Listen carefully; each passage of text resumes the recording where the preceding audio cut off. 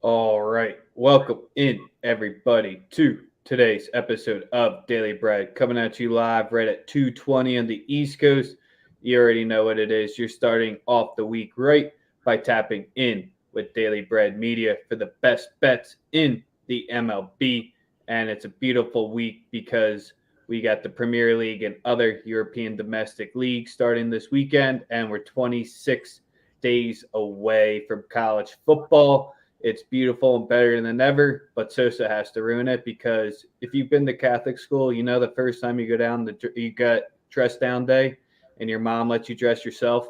That's what Sosa's looking like, a first grader showing up to school saying, Mom, let me wear my Oak Hill Carmelo Anthony jersey way too big. Got the shades on, rolling around with some probably lime green shorts. It is what it is, but when you go 5-0, it's I guess he can show up and look whatever way he wants to make sure the bookie's paying you. And you're There's not music paying. playing in my head that no one else can hear. I promise. I promise. No one else can hear this shit but me. How are things? Good? Hell of a day yesterday. I'm feeling great. I was about to say, that's our mantra here. You tap in each day to make sure you don't have to pay the bookie and you get that Cash App or Venmo right back at you. And then it's always good in the Diamond Club as well. So be getting into their DMs. But yeah, you tried to break Twitter yesterday and this morning, even without the other stuff saying shit about Calvin Ridley. The Deshaun Watson news came out, which I kind of really don't want to address on the show just because we are a sports gambling show. We do talk about life and shit like that, but it's kind of easy, kind of point blank, just to put it that way. Hey man, listen, you know how it is. The people too fucking dense to understand. I actually made a mistake this morning. I said the integrity of the NFL, which is really a big mistake. There is no integrity in the NFL. The NFL is a fucking cesspool who doesn't really give a fuck about anybody's about the whole idea. I shouldn't have said it like that. You know what I'm saying? And rightfully so, I got packed up by people. There is no integrity in the NFL. You feel what I'm saying? Well, they try to enforce a petty or a BS one on the field. On the field is the only way where they really try to enforce it. Off the field, it's kind of just like meh. And they really don't want to get into it, but assigning the third party agency, it's just kind of their way of saying, oh, the blame's not on us. But that's enough of that. MLB. Sosa, we got the hater trade that just came out today. Teams are bumping. I don't know if the Dodgers are going to be making any news. Montas is scheduled to pitch tomorrow, but that might not happen for the A's. He's been the guy we've been talking about all season that I want him out of here. Or I want him out of the A's. I want him on a contender. But what do you say? Anything you saw from yesterday, trade deadline, anything you want to happen? Let me hear it. You got the White Claw ready? Hey man, what's wrong with White Claws? Something wrong with White Claws? I tried the Cape May seltzers yesterday. Not that great. Was kind of disappointed. I promise you, I didn't just take an 8-ball. I didn't just pop an 8-ball right before I got on streamers. No, you're classy. You drink the Cape May always ready. One of the finest beers out there. Free. You know what I'm saying? I'm not getting on fucking Twitter live later, needing a PSA, after school special moment. Like, I promise. It's all super sober. These are Celine, very expensive. Very expensive. You know what I'm saying? So, but yeah, man. Yesterday just an amazing fucking day. Zero, don't think I forgot what you said yesterday about the Mets. I ain't forget. I didn't get that drunk. Know exactly what you said, and you were wrong. But yeah, yesterday was a great fucking day. Goose is going to be on your side, and Goose, I've been forgetting to tweet at you, text you. You texted me recently. Congrats to our man Goose. He proposed the question. You got the big yes. So shout out to our man Goose. Happy for him and his future wife. Oh yeah, man. Mr. and Mrs. Goose. The future mayor of Rahway, New Jersey. The Geese. That's what we'll call them, the Geese, not Mr. and Mrs. Goose. Geese. That was creative. Not really, but I guess it's not the gooses, huh? That's clearly not a fucking word. I think I'm gonna do the show in sunglasses like forever now. Yeah, I think that would. Whatever the hell you want to do, man. We're co-founders, whatever the hell you want to call it, of the show. So you can do it. Hold on, I gotta take a selfie really quick. How Thank stupid you. do I look? Jeez. Oh, All man. right. We got over 50 plus people, close to 100 tapped in with the Sosa 10 game slate today. Only 4 large lines out there. Let's get into today's plays. Where are we starting it off at? Nothing until 6. You already know where we're going. First play roll today is going to be in the Mets game. First 5 team total. They're facing Patrick Corbin, that absolute fucking trash can. People are going to tell you that the Mets don't score a lot of runs when Scherzer gets on the mound. Doesn't really matter. Corbin fucking sucks. I mean, look at the numbers over his last 4 starts. Really doesn't matter who the fuck he's playing. He stinks. We got the Mets team total. I actually got it last night. It was at -115 when the line opened. We did inside the lines with Prop God and all the good folks on Twitter. And I got it 115. It's at -130. Still holds value. I mean, it's Patrick Corbin. Do I really need to get into this? Worst contract in professional sports, and he fucking stinks. Really not much else. Do you want me to give like a No, there's not much else out there. Scherzer, you can always say it's a revenge spot when he's facing the Nats on top of it as well, but not much more to get into it there. We can address the elephant in the room here. So I guess there might be 2 of them on today's slate. You got Jesus Luzardo coming back. Coming back, man. First stint, and you're getting them at a very short price. But when we've been looking into the fish, and we've been betting them pretty frequently against the Reds here, I think this one might be a little too trappy for us today. The -108, it is Hunter Green Day. We go into the numbers. I don't know. You see anything here? Because I think we have to stay off the fish in the first game. Yeah, I can't really trust Luzardo. I can't really trust anything in regards to him. Obviously, we're familiar with him, but we're very unfamiliar with his status right now. Don't know how good. I really have not checked out his AAA stats. I do that from time to time, for players, but I didn't even bother to do that because You've been tracking Dustin May. That's the reason why you've been looking at the AAA stats. You know what I'm saying? We get him back soon. We're probably going to get another arm from somebody through a trade. So, like I said, I'm staying off it too. Obviously, we're on the same page. You're a smart man. We're not going to touch that game. I hope the fish win, and everyone out there, just because it's the spot, it's the angle, but we don't do it every time.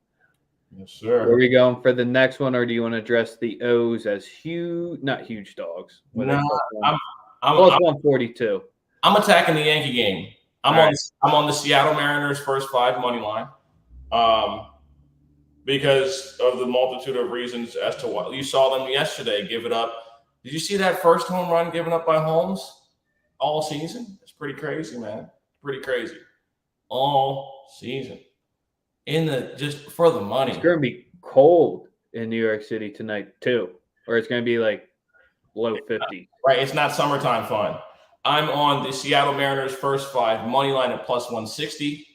If you're scared, take the half a run, play the run line. You're still going to get good value. The Yankees are carrying around a lot of tax for a team that's looked very, very mid over the last couple of weeks. I'm not here to tell you guys that they're world beaters. I'm not high on the Yankees. See, now that the Dodgers have overtaken them clearly as the best team in baseball, I'm going to talk my shit now.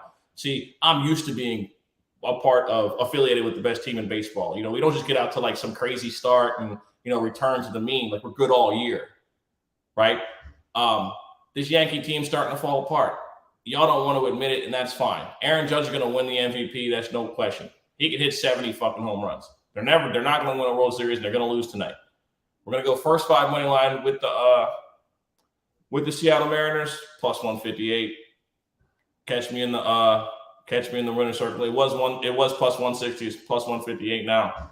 I like them first 5 to give the Yankees issues. The truth is that's just the truth of the matter. Yeah, it's Jermaine's second start back as well. So it's also one to monitor there. So I can't argue against it. Here, you just have to be I mean, who said that comment? Steven, yeah. They do smack the lefties, but any type of way you look at the Yankees numbers, they're smacking every single opponent when you're that many games over 500. Their batting average is just right around their season average. They've just been smacking everyone. Gonzalez on the road so far this season, since you're just targeting it that way, 3.83 ERA. The under comes through in 6 of his 9 starts, but his issue has been his last 3. Those were all against the division, so maybe that's where it is with the 5.78 ERA. He's been getting hit a little bit more recently, but I like this little bounce back start. Yes, sir. I don't know, man. There's not much I like on the board today, to be completely honest, out there, just because it's a travel Monday. You got half division games, half just random ones here, like Arizona versus Cleveland. Nah. Yeah. I want to attack the Dodger game, but I'm a bit Why? hesitant. Because it's a short price, because they're on their minus 150 money line. So that's where you can get the run line actually not paying a tax for one point of the season. I mean, y'all know the rules. You take the Dodgers run line plus money. Obviously, they cashed this out last night by system. I'm not going to give it out official. I will be betting it though. Again, when it's plus money, you gotta. That's an angle you have to take. There's no way around it. No way around it. You gotta. So what are you doing? Or is nothing official? Listen, I'm on the run line. If you want to roll with me, you can text me, DM me, let me know if you're tailing or whatever. Sosa, guess who's on the mound today? It's someone that we haven't made an official play on yet, but it's kind of our inside joke because it's a Voldy day, and he's going to a very friendly situation to Houston. 10.38 ERA over his last 3. Sure, that is a little bit bumped by that 9-run outing in his last one, but he's given up 6, 8, and 9 hits in his past 3. So it's just been how much teams can convert against him, but he's been better on the road with that 2.56 ERA compared to everywhere compared to home. The over is 3-0 in his last 3 starts here. You have a spot coming up against Luis Garcia. What do we like here? I personally do like the Houston team total. I think my favorite play in the game is going to be a total base prop, and that's for Yordan Alvarez. He's one of those guys that once he starts, he was out for a little bit. He got the big contract this year. I honestly believe he's a top 5 hitter in baseball. I think when he's right, he's right up there with anybody. Obviously, rookie of the year 2 years ago, just a special talent. Houston just continues to turn over whomever it is, whomever it might be. They just keep getting better and better. I love the Houston team total against him. I believe we're going to get it at a 4. You get it at a flat 4, you have to take it with that lineup going against Evaldo. I'm not a big Evaldo guy. You might like him. That's tough to be having any sort of thinking he's solid at this point. Another issue with Boston that a lot of casual people aren't realizing, half their fucking rosters on the trade block. They couldn't get a deal done with Bogarts. He's gone. Devers is everyone is a possible candidate to get traded, whether it's JD Martinez, whether it's Bogarts, whether it's whomever. They're clearly looking into being sellers at the deadline. Baltimore no longer the bottom dwellers of the fucking division. Toronto's playing better baseball with a new manager. Tampa Bay's always there, and then obviously the Yankees got out to such a big start that it doesn't matter how fucking terrible they are in the second half, they're going to win the division anyway. So I'm on Houston team total over 4. They got it at minus. Right now it's at minus 130. If you can get an alternate to bump it up to 5, I definitely like this Houston team to score more than 4 runs against Eovaldi, combined with the bullpen being at home on a travel day. I think all the metrics would veer towards Houston getting off today. So are you gonna dance before you take off the sunglasses, or are we just gonna keep them and rock them for the whole episode? What's wrong with my glasses, man? I don't know. What's wrong with the reflection? I can see all the place that you're stealing it from. I can see the reflection in the laptop. Yeah, that's a really just all the sun that's coming in. all that natural light. Hey man, it's very important when you. I guess if you have natural light, buy real estate, that's a big deal. You know what I'm saying? It's a big deal. It's a big deal. Especially when you live in the city. You know how that goes. Come on, man. I only lived in the city really when I was in college, and I really don't think we classified. I just got a text from my girl. She said, "You look like a fucking idiot." I'm gonna take the glasses off. I'm glad you listened to her and not me. I'm gonna listen to her. I do. Anybody wearing fucking sunglasses online on YouTube looks like a fucking idiot. You're sitting in your fucking spare bedroom with fucking sunglasses on. Do you have any idea how much of a dickhead you look like when wearing sunglasses on fucking camera inside your fucking home on a YouTube broadcast? You look like a fucking idiot. But let's carry on, man. Carry on. Sorry about that. I thought they looked cool. They're expensive. I was about to say the only game we really haven't gotten into is Colorado at the Padres and Kansas City at the White Sox. Other than that, we kind of hit on every game on the slate because Detroit, Minnesota, that game's been bouncing on and off the books. Hey man, I'm not coming for anybody, but I will say whatever the fuck I want, Sean. So I'm not coming for anyone, I promise you. If I was, I'd say their name. Thank you for tuning in. Appreciate you. But yeah, I only have, like I said, I got three plays for the people today. Nothing really crazy. We could keep riding the wave with Baltimore. I think, obviously they let it get away from me yesterday. Chicago being huge favorites just makes no sense to me ever. But yeah, anything else that you might like in this wonderful 10-game slate? It's a tough one to get an official one through today on the MLB slate. We usually try not to take a day off, but it's almost having to look that way here because Tim already knows that Spencer Howard's coming tomorrow. Mondays is usually the day where you should try to limit it, keep it to like under 3 plays. I was really liking Detroit for some reason today because I think Minnesota is going to be active at some point. So probably that's why the line might be popping off the board. We might see some people leaving. But other than that, I got action in a game that starts in 20 minutes, though. Okay. Ooh, Steven likes the White Sox with Kopech on the mound today. Kopech, yeah. I mean, the money line being at minus 162. Singer coming off a beauty against the Yanks too, right? Keller's pitching tonight. Oh, Keller. He came off the Yankees game. That was solid, correct? I believe it was him. Let me see. Nah, wasn't. Nope, he didn't face him. It was Singer who faced the Yankees. The only play that I really like is Salvador Perez. I like Salvador Perez, 2+ total bases. When he's in the lineup and healthy, he just rakes. We saw it during the Yankee series. I look for him to continue. He's done that already, so we continue. You know what I mean? Like I said, Salvatore has been absolutely tearing the cover off the baseball since his return.